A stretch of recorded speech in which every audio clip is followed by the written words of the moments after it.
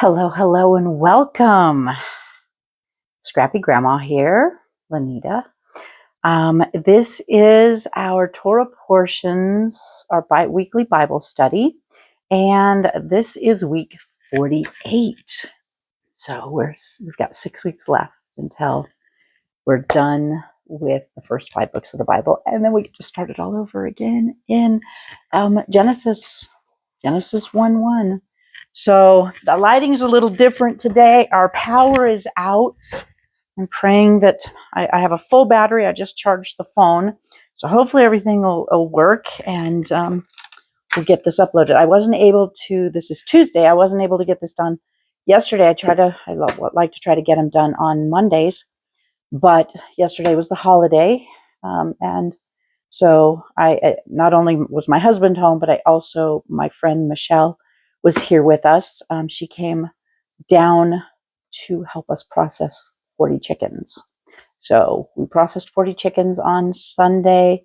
Yesterday, I pressure cooked half of them. And so I had 2 pressure cookers going twice.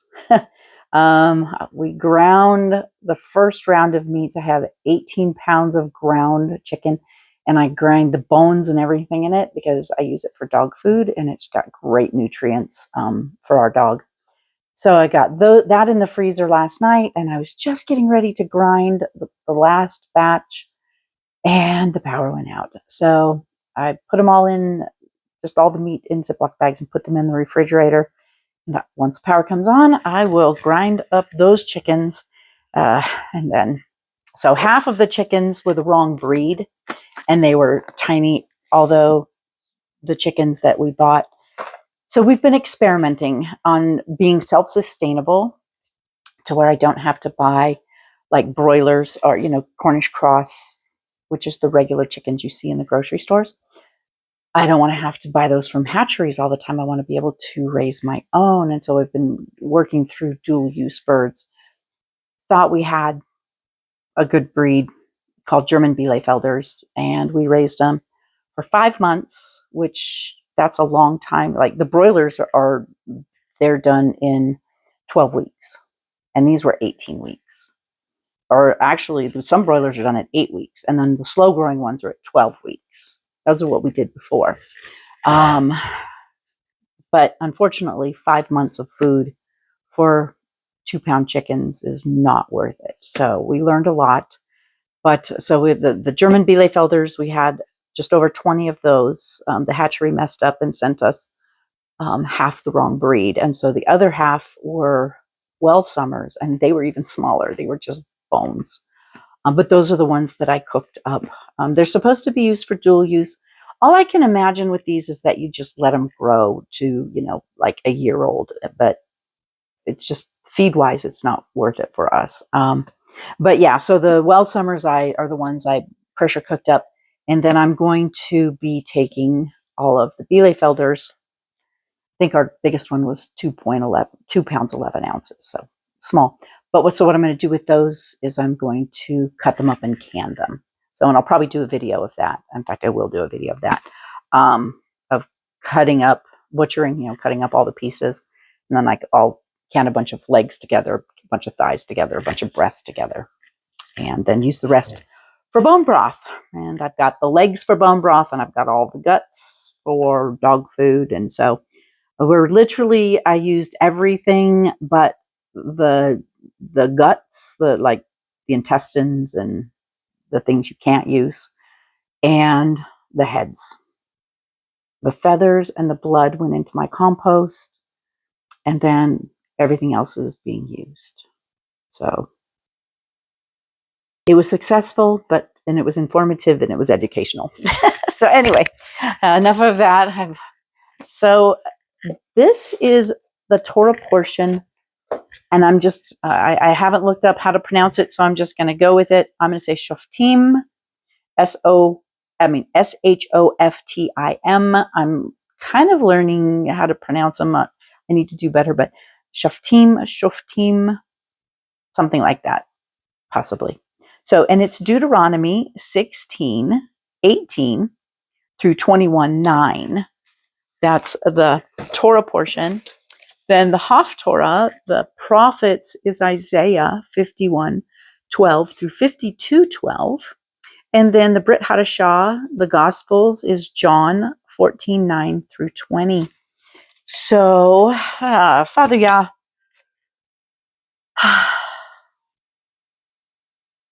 thank you for all that you're doing. Thank you. Thank you for giving me a love, a passion, a hunger and thirst for your word. Thank you for opening my eyes and teaching me precept upon precept. Thank you for leading me to this Bible study to where I can break it down into consumable chunks to where I can learn of you and how to be in covenant with you, and then I can share it with others. Father, I pray that everyone that hears this video, Father, that you give them a passion and a hunger and thirst for your word to where they want to feast on it each and every day to grow deeper in covenant with you. Thank you, Father. I pray for the technology, that you let the batteries last, that everything records correctly. Check my mic, it's working, and that once the power comes on, that this can upload quickly since it's already a day late, Father. But you and your perfect timing, I can rest in that, knowing that it's going to go when it's meant to go. Be blessed and glorified in our reading of the word today. In Yehoshua's mighty name. Amen. Okay. So I'm going to read a little bit of the commentary first to kind of get us acclimated, or get the stage set. So Shoftim begins with the commandment to appoint judges and officers for each city that will be inhabited upon entering of the promised land. It's so exciting because they're getting ready. Everything's getting lined up to enter into the promised land, and so super exciting. In fact, last night I couldn't sleep, and it's like I want to. So we're doing the Bible study of the first 5 books of the Bible, but I want to now go with the rest of the story. So last night, in the middle of the night, I couldn't sleep, and so I'm like, okay, I'm just getting up. What should I read? And I started reading in Joshua, just like so right after, so right when they enter the promised land and they're going, and it just. Like I said, I'm just so thankful he gave me a hunger and a thirst and a passion for his word because it's so exciting. But anyway, okay, so, and it says, you shall appoint judges and officers in all of your towns that Yahuah, your Elohim, is giving you, according to your tribes, and they shall judge the people with righteous judgment. Deuteronomy 16 through 18. Judges at the gate. Moshe commanded the Israelites to enforce theocratic law in every Israelite city, in every city in Israel of the promised land. Judges were to be appointed in every city to decide cases of civil, domestic, and even religious controversies. These judges were to act with justice and righteousness and were to be entirely impartial in their findings. Moreover, the judges were vested with executive powers of state so that they directed the enforcement of judicial matters by means of the service of the Shoftim, the police of ancient Israel.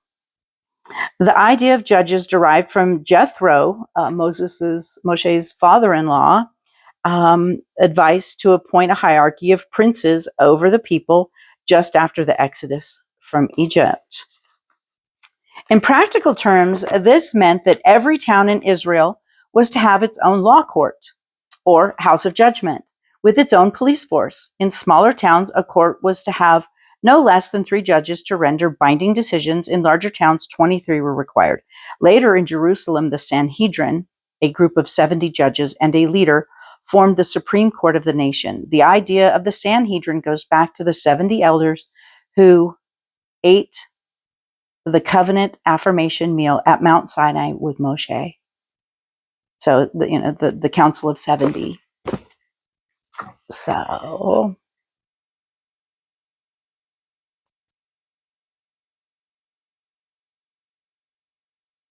sorry. Oh, so refreshing. In ancient walled cities, the city gate was the place of most traffic and visible presence of judges and police.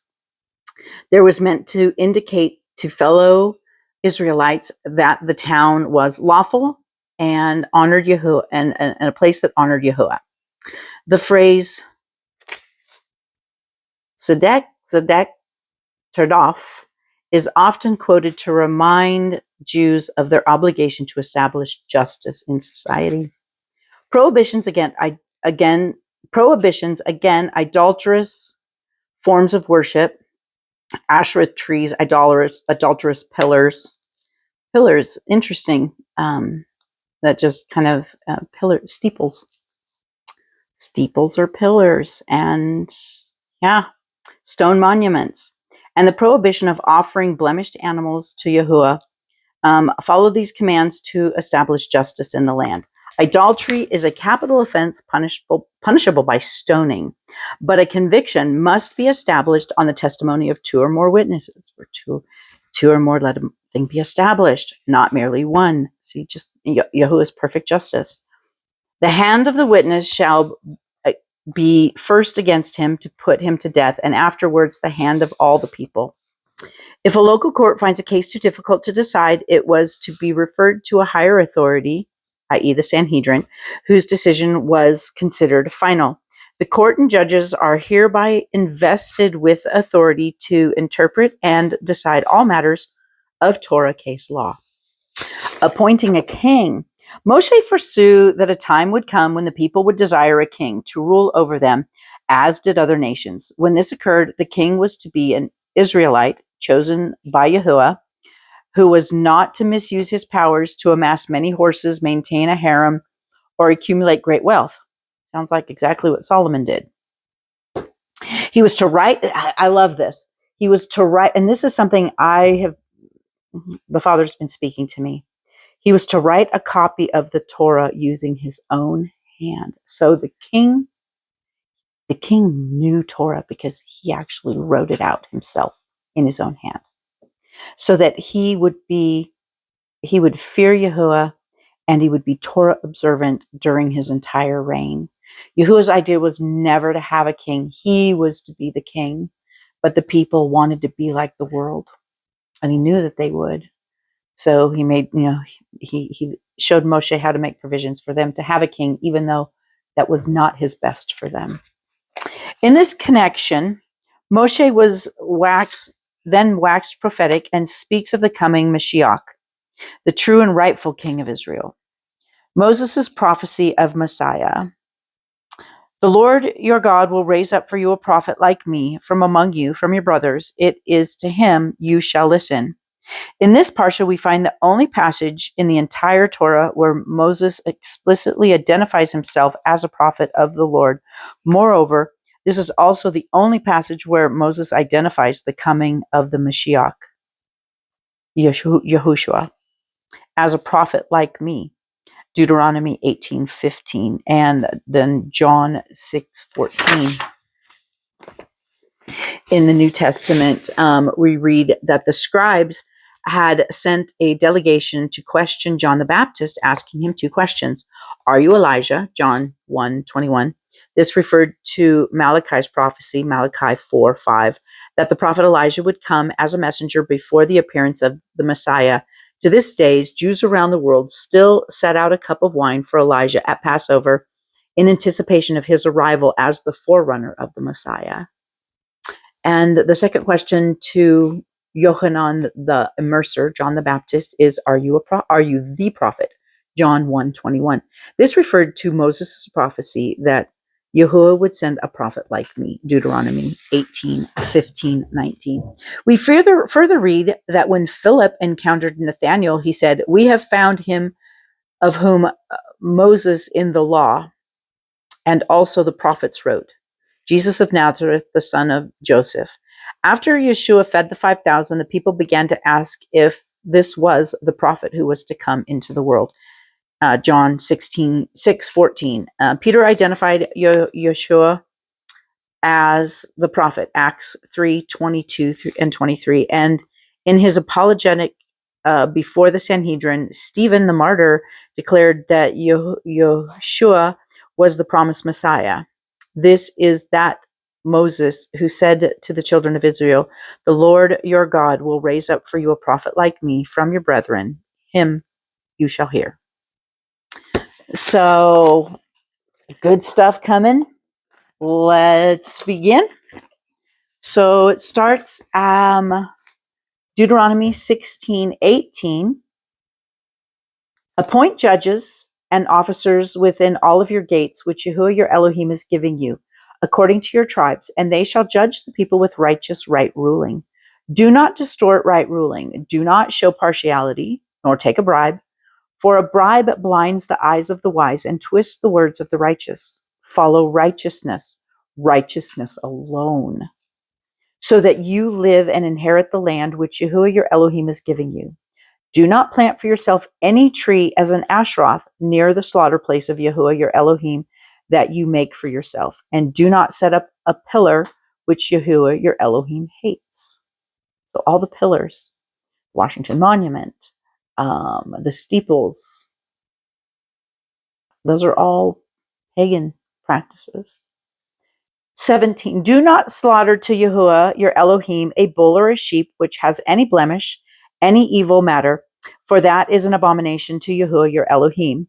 When there is found in your midst, in any of your cities, which Yahuah your Elohim is giving to you, a man or a woman who does what is evil in the eyes of Yahuah your Elohim, in transgressing his covenant, and has gone and served other mighty ones and bowed down to them, or to the sun, or to the moon, or any of the hosts of the heavens, which I have not commanded, and it has been made known to you, and you have heard, and have searched diligently, then see if true the matter is confirmed that such as an abomination has been done in Israel.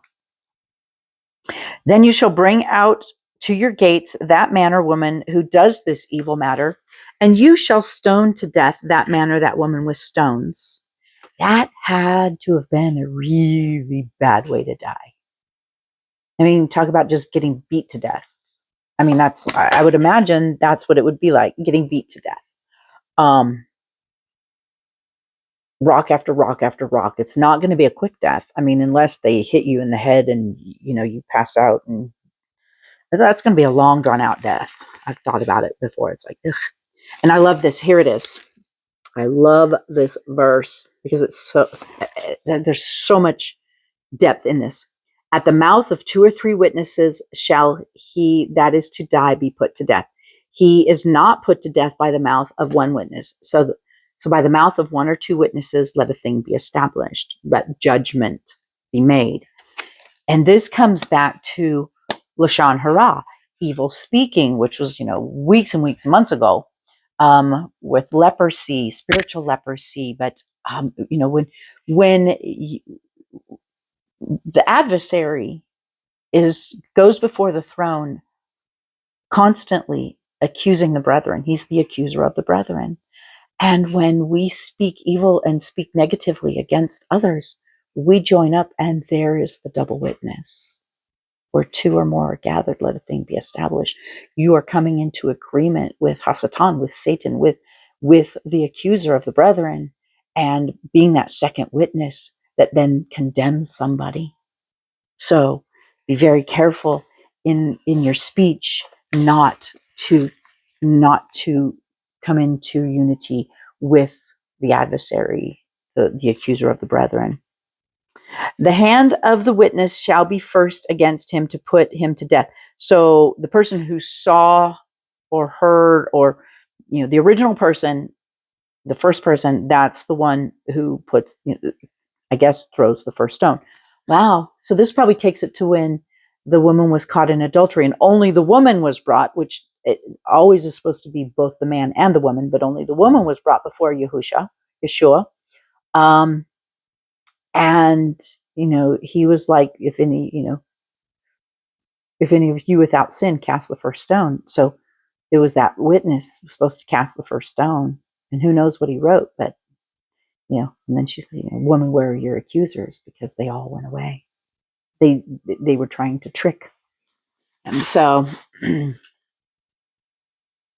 So, 7, the hand of the witness shall be the first against him to put him to death, and the hand of all the people last. So you shall purge the evil from your midst.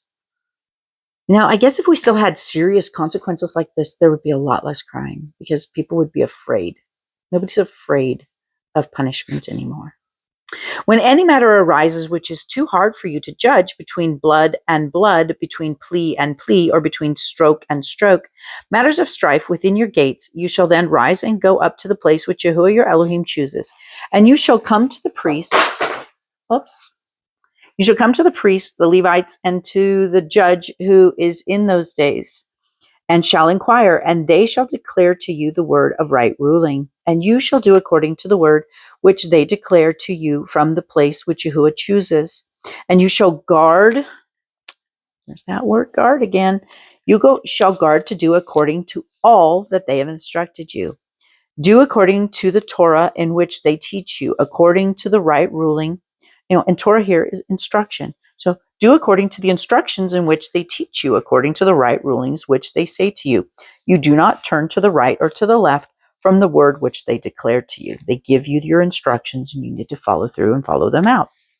And the man who acts arrogantly so as to not listen to the priest who stands to serve there before Yahuah your Elohim, or to the judge, that man shall die. So you shall purge the evil from Israel. So,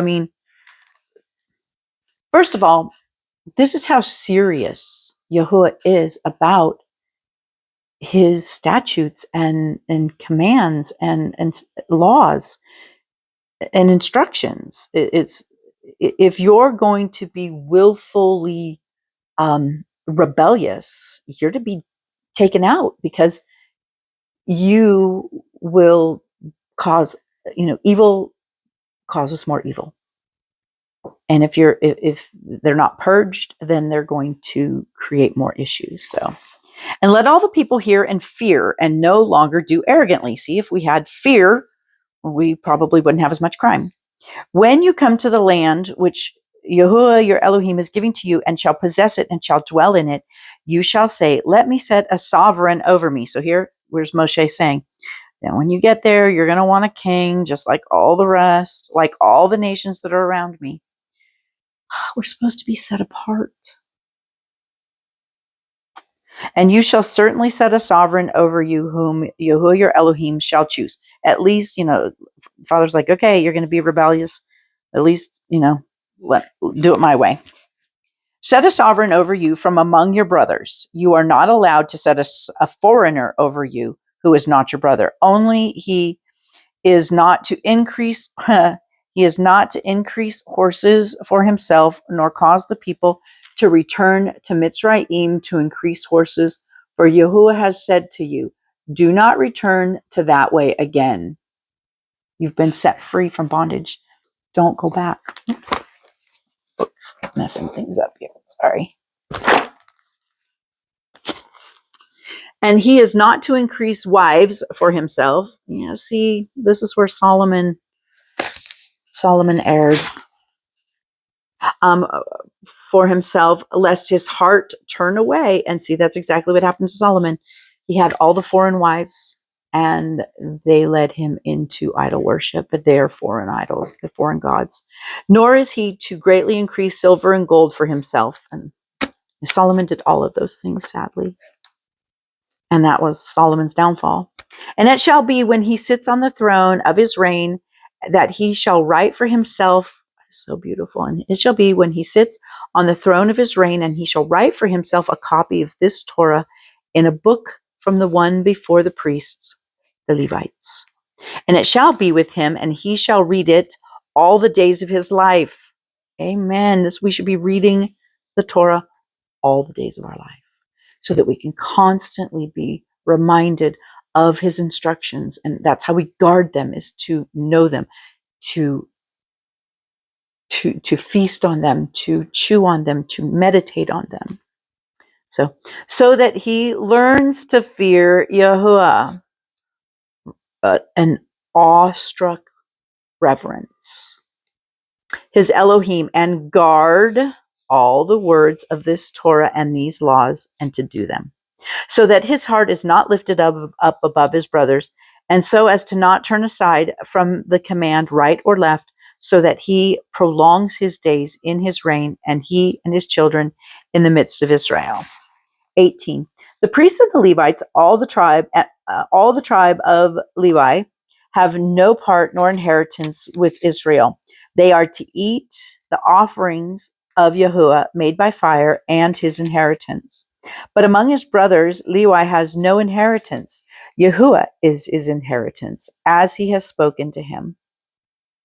And this is the priest's right from the people, from those who slaughter a slaughtering, whether it's a bull or a sheep, they shall give to the priest the shoulder and the 2 cheeks and the stomach. The first fruits of your grain and your new wine and your oil and the first of the fleece of your sheep to give to him. For Yahuah your Elohim has chosen him out of all of your tribes to stand to serve in the name of Yahuah, he and his sons forever. And when the Levite comes from one of your gates, from where he has sojourned among all of Israel, and shall come with all of the desire of his being to the place which Yahuah chooses, then he shall serve in the name of Yahuah, his Elohim, like all of his brothers, the Levites, who are standing there before Yahuah. They are to have portion for portion,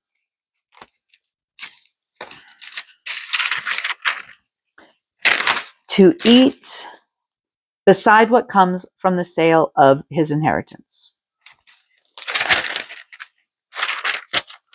They are to have portion for portion to eat besides what comes from the sale of his inheritance.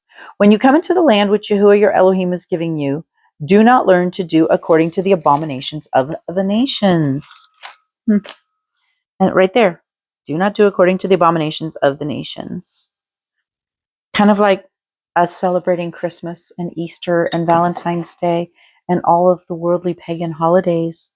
That is doing the abominations of the nations and not honoring his upcoming feast, which is so exciting. And there's just such a beautiful buildup that's going on right now as we started, yesterday and today, the beginning of Elul.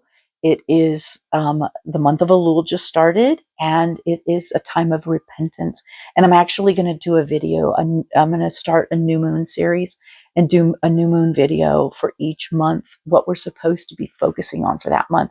This is the month of Elul. We're getting ready for the fall feasts. So kind of like we did in the spring, where we had, the unleavened bread, and, we had to remove all of the leaven, and we had the counting of the Omar. It's to stay in a constant state of repentance and cleaning out, and taking an personal inventory, physically, spiritually, mentally, emotionally, of our lives and what needs to be deadheaded, cut off, and removed, and allow the Father to prune those areas so that new growth can come in him, and that we can prune away the dead works, the abominations of the nations. It's just so Elul starts the 40 days of now I can't remember, Tishri, no, Teshuvah, repentance. And and we blow the shofar every night until the Feast of Trumpets. So it's just, this is one of the most exciting times of year. And a lot because, Yeshua, our Messiah, he fulfilled the spring feasts, but the fall feasts haven't been fulfilled yet. So any one of these years could be the year that he returns.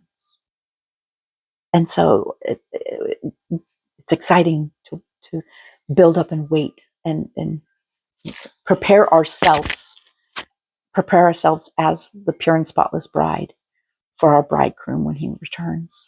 So, okay, sorry. I'm so excited about this time of year. It's just every day is like becoming more and more exciting because there's just so much depth and beauty in all of this. So let no one be found among you who makes his son or his daughter pass through the fire, or who practices divination, or a user of magic, or one who interprets omens, or a sorcerer, or one who conjures spells, or a medium, or a spiritist, or one who calls up the dead. For whoever does these is an abomination to Yahuah. And because of these abominations, Yahuah your Elohim drives them out from before you.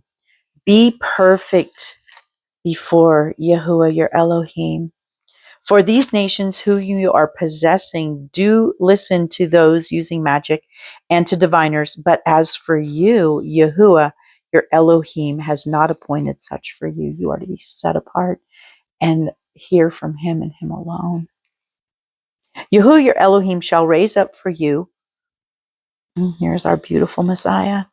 Yahuah, your Elohim, shall raise up for you a prophet like me from your midst, from your brothers. Listen to him. And he was. When Yahusha, Jesus, Yeshua, when he came, he was the suffering servant like Moses, humble.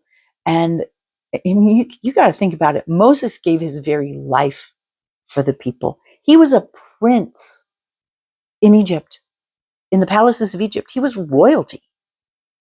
And he cast it all away and dedicated his life to Yahuah and to doing things his way and to bringing the people out of bondage into covenant with Yahuah. And he was humble and he was meek and he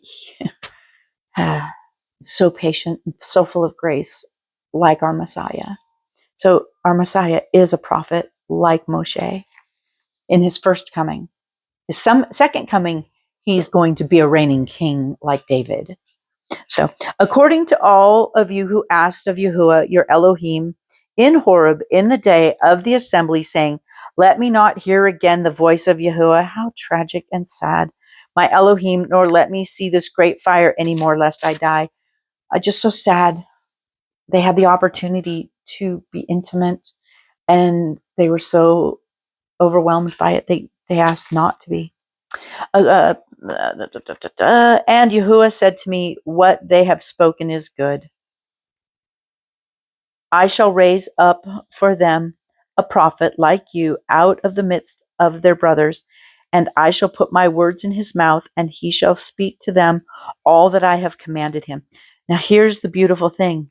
What did Jesus, Yeshua, our Messiah, say? He came to do the will of the Father. That means he did not come to abolish any of the Torah, the laws, because he came to do the will of his Father, and the will of his Father are written in these first 5 books. So, 18:19, and it shall be the man who does not listen to my words, which he speaks in my name, I require it of him. But the prophet who presumes to speak a word in my name, which I have not commanded him to speak, or who speaks in the name of other mighty ones, even that prophet shall die.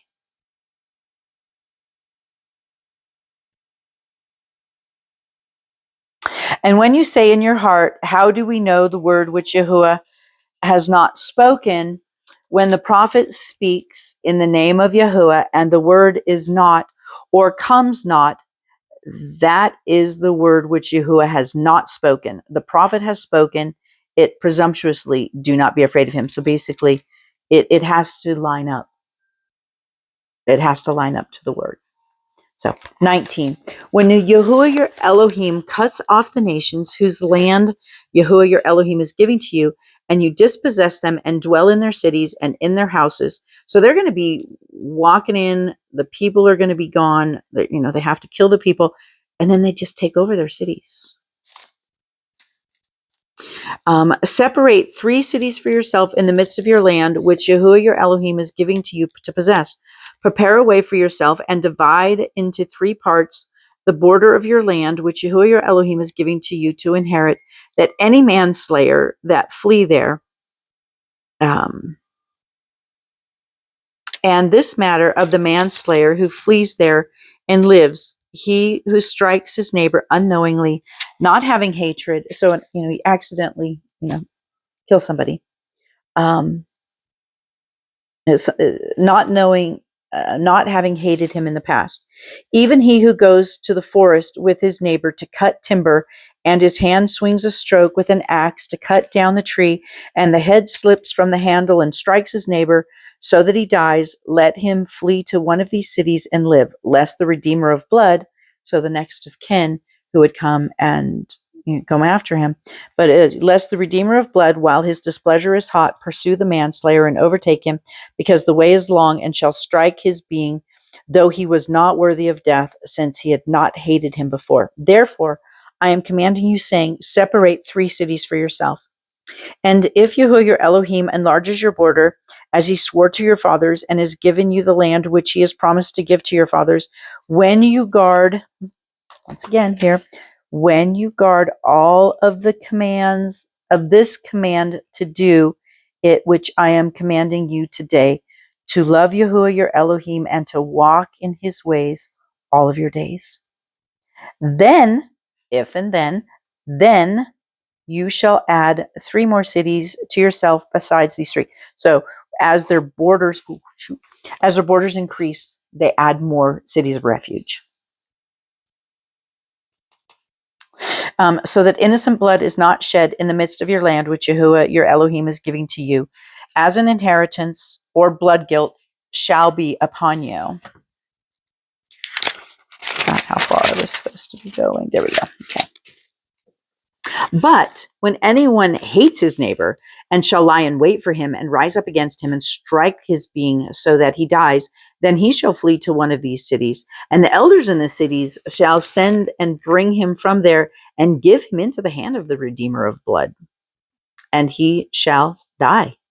Your eye shall not pardon him, but you shall purge the blood of the innocent from Israel, so that it might be well with you. Do not remove your neighbor's boundary, which those in the past have set in your inheritance, which you inherit in the land of Yahuah your Elohim is giving to you to possess. Kind of like when Ham went and took Shem's property.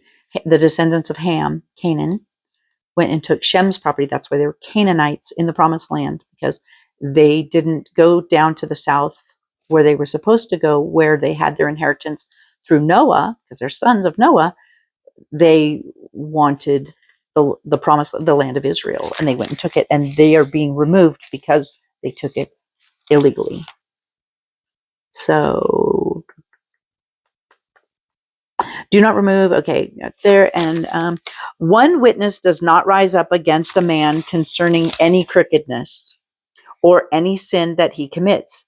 At the mouth, here it is, at the mouth of 2 witnesses, or at the mouth of 3 witnesses, a matter is established. Right there.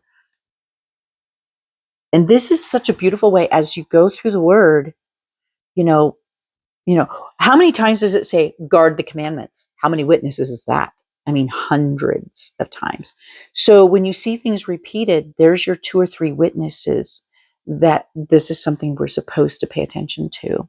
So when a malicious witness rises up against any man to accuse him of turning aside, then both men who have the dispute shall stand before Yahuah, before the priests and the judges who serve in those days. And the judges shall diligently search, and see if the witness is a false witness, who has falsely accused his brother. Then you shall do to him as he thought to have done to his brother. Thus you shall purge all the evil from your midst. Father's not playing around. And let the rest hear and fear. I remember as a kid, if you committed a crime, you went to prison and you were chain gang and, had to go out and do hard labor, and people were afraid to go to prison. Yeah. So hear and fear, and never again do this evil matter in your midst. And let your eye not pardon, life for life, eye for eye, tooth for tooth, hand for hand, foot for foot. 20. And when you go out to battle against your enemies and shall see horses and chariots and people more numerous than you, this is one of the things I was pondering last night is, they've been given this promise that they don't even have to fight. I mean, the Father is going to take, the Most High is going to deliver the land into their hands. How exciting. I mean, this buildup is just so exciting. So when you go to battle against your enemies and shall see horses and chariots and people more numerous than you, do not be afraid of them. For Yahuah your Elohim, who has brought you up out of the land of Mitzrayim, is with you. And it shall be when you draw near to the battle that the priest shall come and speak to the people and shall say to them, Hear, O Israel, you are drawing near today to battle with your enemies. Do not let your heart be faint, and do not fear or tremble or be afraid before them. For Yahuah your Elohim is he who goes with you to fight for you against your enemies and to save you. And the officers shall speak to the people, saying, Who is the man who has built a new house and has not dedicated it? Let him go and return to his house, lest he die in the battle and another man dedicate it. So here now they're removing people from the army to go fight. Who is the man who has planted a vineyard and has not begun to use it? Let him also go and return to his house, lest he die in the battle and another man should begin to use it. And who is the man who is engaged to a woman and has not taken her? Let him go and return to his house, lest he die in the battle and another man take her. And the officer shall speak further to the people and say, Who is the man who is afraid and tender of heart? If you're, the ones that aren't warriors, that are afraid. Let him go and return to his house, lest the heart of his brothers faint like his. I could imagine that if he's full of fear, he's going to emanate that fear, and that fear is going to rub off on others. So send him home. He's not worth having out there. We need them to be courageous, strong and courageous. And it shall be when the officers have finished speaking to the people that they shall appoint commanders of the divisions to lead the people. And when you draw near to the city to fight against it, then you shall make a call for peace to it. Interesting. What does that mean? Then you shall make a call for peace to it. And it shall be that if it accepts, if it accepts your call for peace and shall open to you, then all the people found in it are to be your compulsory labor and serve you. So they go in and say, hey, we can do this the hard way or the easy way. If you want this to be peaceful, then we're just going to take you and you'll be our slaves. But if it does not make peace with you and shall fight against you, then you shall besiege it. And Yahuah your Elohim shall give it unto your hands, and you shall strike every male in it with the edge of the sword. Only the women and the little ones and the livestock and all that is in the city, all its spoil, you take as plunder for yourself, and you shall eat the enemy's plunder which Yahuah your Elohim gives you. Do so to all the cities which are very far from you, which are not the cities of these nations. Only of the cities of these people which Yahuah your Elohim gives you as an inheritance, you do not keep alive any that breathe. So city by city, it's going to be whether they kill them all, just kill the men, or take them all as slaves. But you shall certainly put them under the ban, means kill them. The Hittite, the Amorite, the Canaanite, and the Perizzite, and the Hivite, and the Jebusite, as Yahuah your Elohim has commanded you. And if I'm not mistaken, those are all descendants of Ham that illegally took Shem's inheritance land. Lest they teach you to do according to all their abominations, which they have done for their mighty ones, and you sin against Yahuah your Elohim. When you besiege a city for a long time by fighting against it to take it, and you do not destroy its trees by wielding an axe against them, if you do eat of them, do not cut them down. For it is a tree of the field and a man to be besieged by you. For is the tree of the field a man to be besieged by you? So, okay, don't cut the tree down. Only the trees which you know are not trees for food, you do destroy and cut down to build siege works against the city that is fighting against you. So, like stuff for timber, I guess, like to build forts to be able to fight.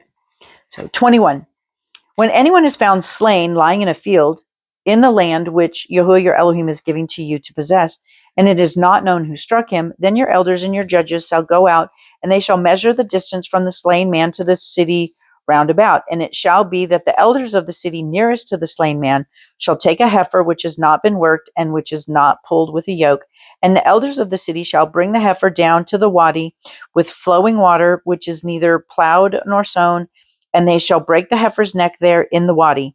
And the priests and the sons of Levi shall come near, for Yahuah your Elohim has chosen them to serve him and to bless in the name of Yahuah. And by their mouths every strife and every stroke is tried. And let all the elders of the city nearest to the slain man wash their hands over the heifers whose neck was broke in the wadi. And they shall answer and say, our hands have not shed this blood, nor have our eyes seen it. O Yahuah, forgive your people Israel, whom you have ransomed, and do not allow innocent blood in the midst of your people Israel. And the blood guilt shall be pardoned to them. Thus you purge the guilt of innocent blood from the midst when you do what is right in the eyes of Yahuah. So that's the portion. I'm going to keep it there. And next is the Haftorah. And it is Isaiah 51. Sorry. Make sure. Last week. There we go. Isaiah 51:12 through 52:12. So, I am he who comforts you.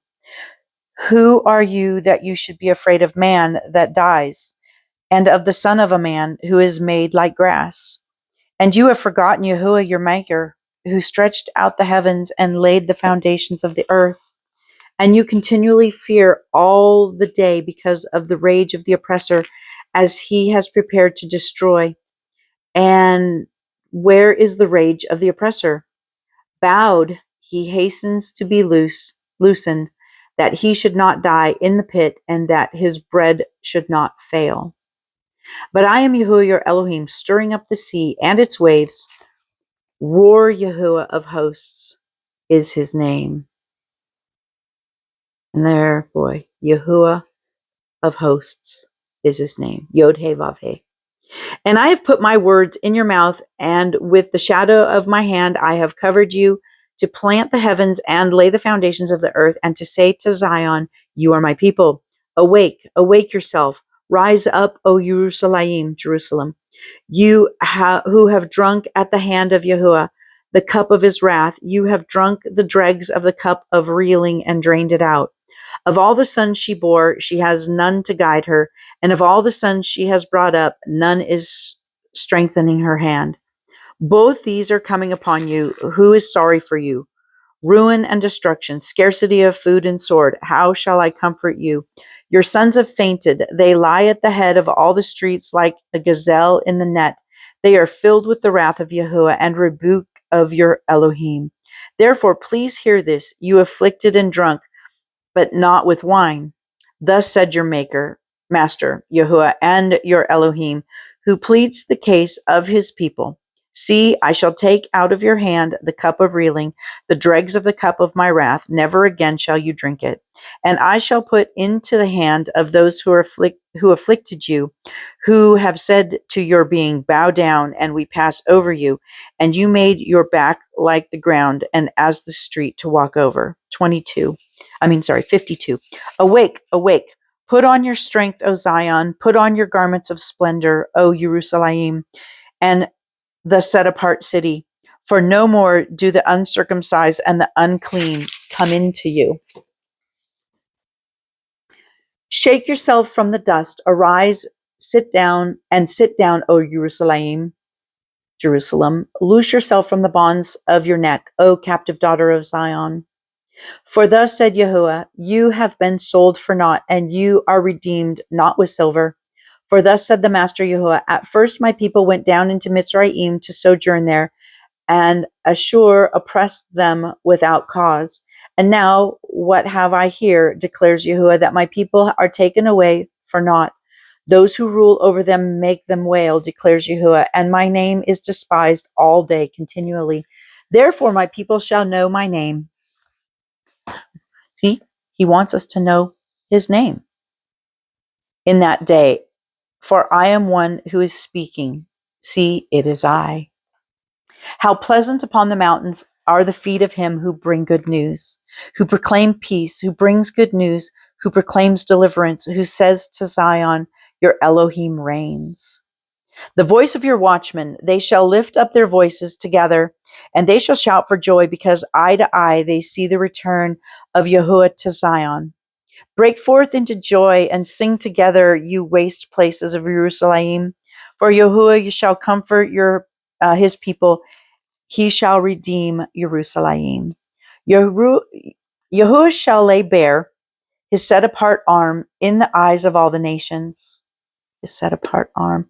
I know that last week before, it was like his strong arm, his strong right arm. That is Yeshua, Jesus the Messiah.